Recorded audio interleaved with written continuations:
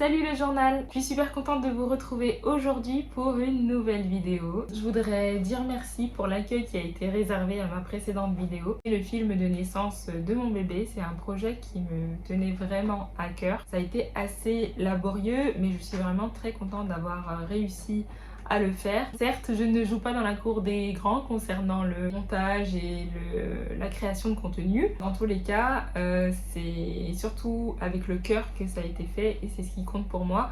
Et le fait qu'il ait été visionné déjà à plusieurs reprises, même de nombreuses reprises pour ce qui est de ma représentation, je suis vraiment très contente, très touchée et je souhaite également la bienvenue du coup à ceux qui ont rejoint ma chaîne. Tout ça m'a motivée à créer de nouvelles publications au sujet de la maternité, un nouvel aspect de ma vie, qui plus est en Guadeloupe, pour pouvoir proposer voilà, mes petites astuces, ma perception de certaines choses. Et j'espère pouvoir recueillir vos avis, vos impressions, mais aussi vos partages d'expérience, vos retours d'expérience, voilà. Pour cette toute nouvelle vidéo, j'ai décidé de vous parler de mes indispensables maternité. Précisément 5 indispensables. Donc en fait, je vais vraiment partager ce qui, à mon sens, est indispensable quand on est une jeune maman ou une future maman. Voilà. N'hésitez pas éventuellement à partager ce contenu s'il vous paraît pertinent pour certaines personnes que vous connaissez dans votre entourage. Et c'est parti. Quels sont mes 5 indispensables? On commence par le fameux coussin d'allaitement qui, à mon avis, n'est plus un mystère pour grand monde. C'est vrai que pour moi, c'est un indispensable. Il m'a réellement soulagée.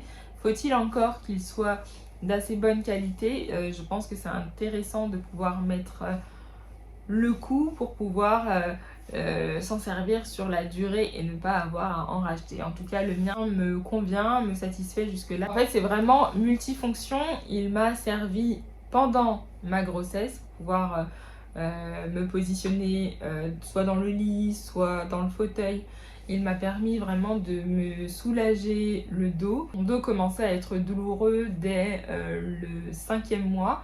Et vraiment, ça a été très bénéfique pour les douleurs dorsales. Pour la fin de ma grossesse, il m'a vraiment aidé à me soulager au niveau des douleurs ligamentaires, les douleurs articulaires. Ça, c'était pas forcément facile à vivre. Donc moi, souvent, je me positionnais dans le lit sur le côté droit et du coup, je venais placer le coussin entre mes jambes pour qu'il y en ait une qui soit un petit peu surélevée par rapport à l'autre. Donc au niveau des muscles, je sentais qu'il y avait un plus grand confort. La douleur était toujours présente, mais c'est vrai que ça avait tendance à l'atténuer et du coup je pouvais mieux faire mes nuits. Après la naissance de Luna, j'ai utilisé le coussin pour pouvoir l'allaiter et du coup ça me permettait de me soulager un petit peu les bras.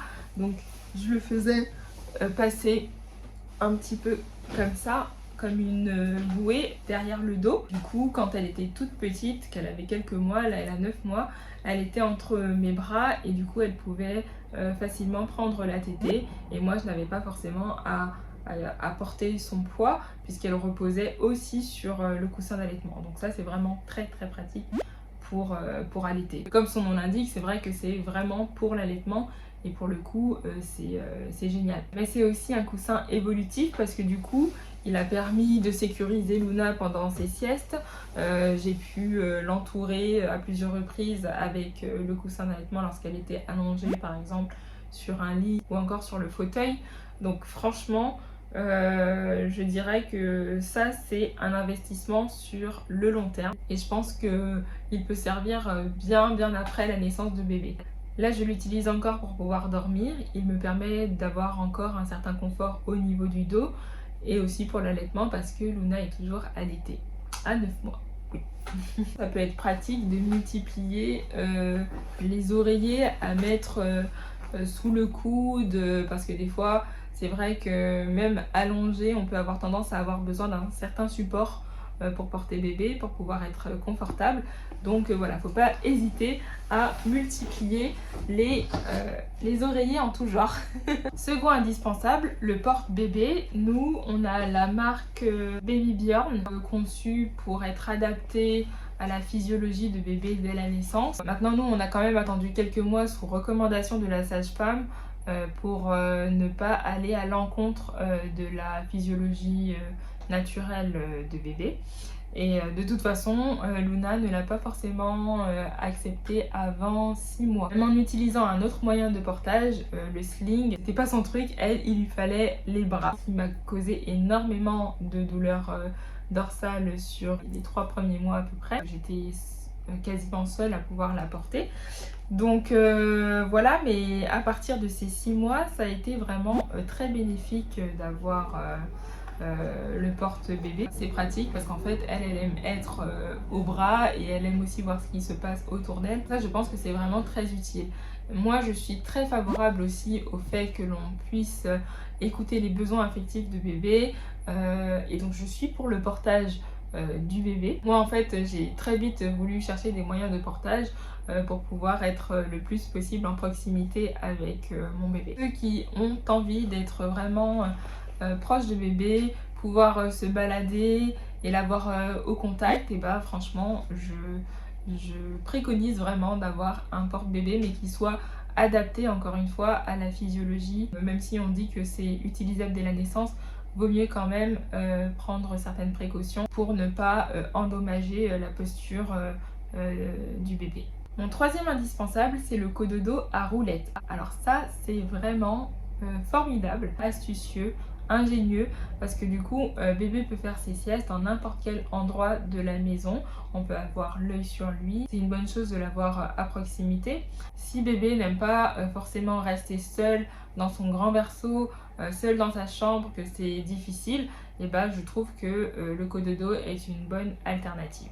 Et pour la nuit, bien sûr, pour les mamans allaitantes, c'est vraiment un soulagement que d'avoir le cododo à proximité lorsque bébé se réveille pour pouvoir téter. Il n'y a pas besoin d'aller jusque dans sa chambre, faire un grand aller-retour et couper son sommeil. Il y a juste à le récupérer du cododo et le mettre sur soi pour qu'il puisse tranquillement prendre le sein. Donc ça, franchement, je dirais que c'est l'une des choses assez incontournables. Ça m'a bien permis aussi de pouvoir poser des petites choses dont j'avais besoin dans le cododo à proximité du lit pour pouvoir juste tendre la main et récupérer ce dont j'avais besoin. Par exemple, il suffit que bébé ait un léger renvoi ou alors que il y a un débordement de lait, on récupère le linge sur le cododo, on essuie ce qu'on a besoin d'essuyer et c'est parfait.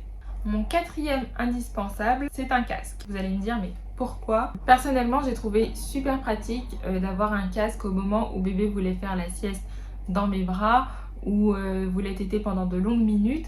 C'est vrai qu'on nous préconise de nous-mêmes nous reposer lorsque bébé fait la sieste. On peut s'endormir directement avec bébé, mais c'est encore plus agréable de pouvoir écouter un petit peu de musique pour pouvoir se relaxer, pour pouvoir trouver le sommeil. Des fois, c'est pas forcément évident de dormir en pleine journée, ou alors on peut tout simplement écouter un livre audio, travailler sur du contenu multimédia, écouter des vidéos. Donc voilà, il y a vraiment plein de possibilités avec le casque et moi je recommande aux toutes nouvelles mamans de se munir d'un casque ou même d'écouteurs. Mon dernier indispensable, ce sont les petites boîtes d'organisation.